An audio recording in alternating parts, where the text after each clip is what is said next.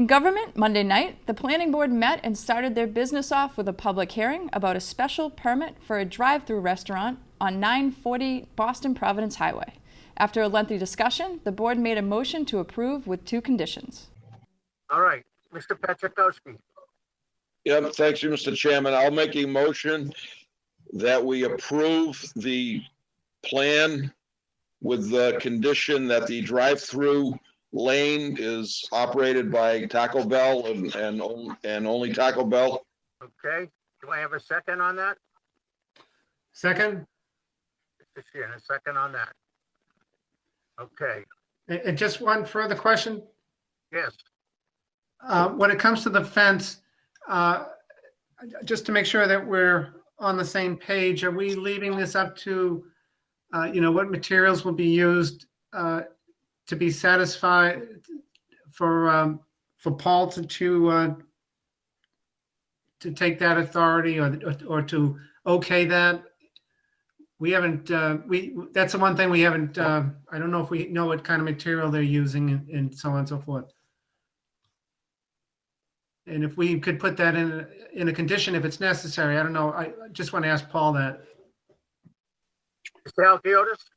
Mr. Chairman, I was going to leave the type of material up to the applicant, but include a condition that says a 6-foot solid fence. Okay. Would Ernie want to add that into his? I'll add that in as a second condition, and the applicant can decide, or if need be, town planner can approve it. But we'll make that a second condition. 6-foot fence and the drive-through window. The motion passed unanimously. The board also accepted the motion to endorse the revised site plans that were submitted by Moderna on 1 Moderna Way. To end the meeting, the board discussed upcoming dates and planned their next meeting for March 29th. At Tuesday night's Board of Selectmen meeting, both Chief Brooks and Chief Maurice gave their monthly department updates. Chief Brooks announced that NPD will be stepping up traffic enforcement. Enforcement had been relaxed since the beginning of COVID, and with more and more people getting vaccinated, they will be ramping up their efforts. Chief Maurice was excited to announce the hiring of 4 new firemen to the department. All 4 have Norwood ties. 2 of them grew up in Norwood. One is Stephen Boudreau. He's a young Norwood man. His family is on his mother's side, the DeFlaminers family, and his grandfather Sam was a firefighter on the department.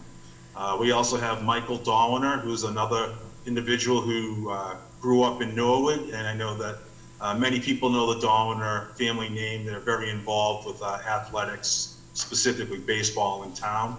And then we have Sean Hartley, who's a very impressive young man. He was a Marine Corps officer, and we look forward to him starting with the department. And we also have Joseph Doyle, who is an Army veteran who served in Afghanistan in combat. So I think we have 4 really great candidates who have now joined the department, and we'll look forward to working with them. After meeting with the chiefs, new Norfolk County Sheriff Patrick McDermott introduced himself to the board and talked about some of his goals he hopes to accomplish during his term. The Board of Selectmen will meet again next week on March 16th at 7 p.m. Also Tuesday, the Board of Library Trustees met to discuss multiple items on their agenda. The board began their meeting by discussing the strategic plan as well as the FY21 budget, with both being on the right track. With CDC gathering and indoor guidelines being changed by the state, the library has come to realize that they can fit 50 people in their building safely, making sure high traffic areas such as the children's room has proper guidance.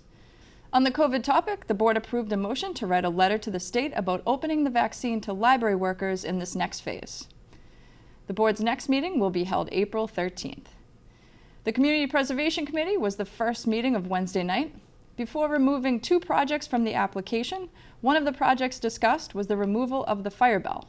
Peter McFarland and others believe they don't have enough information on the project to get it passed before the March 24th CPC public hearing. Other projects included interpretive signs that John Hall spoke on and gave useful feedback. Other business ended with a project update from Paul Halkiotis and an update on Patrick Deschain's replacement.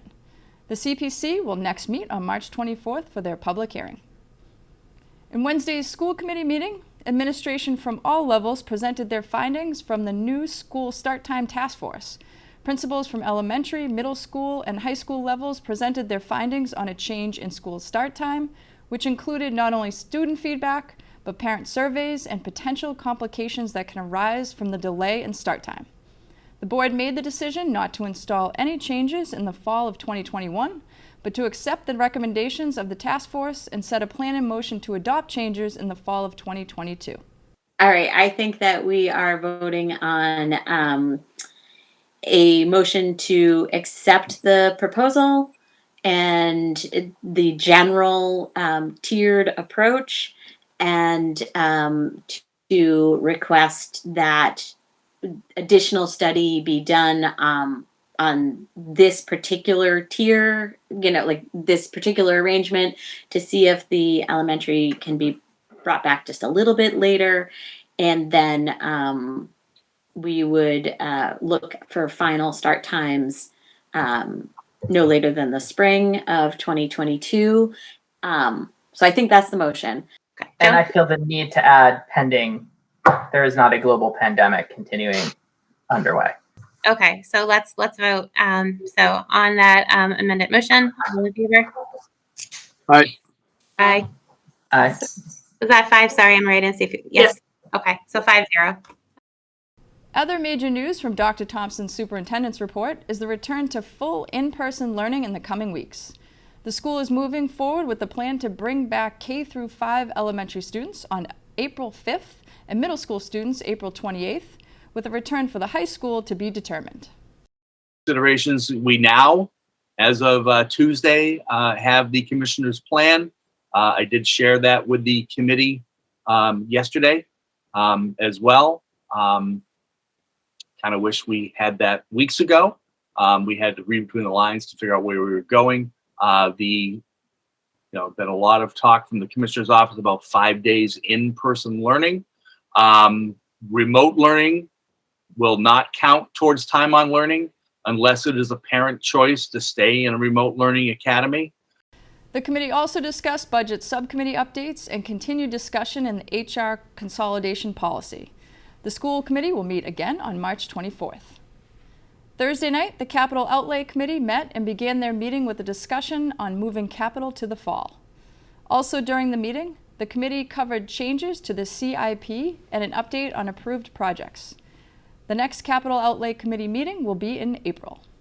For complete government coverage, tune into the NCM Government channel or watch it on demand at norwoodcommunitymedia.org.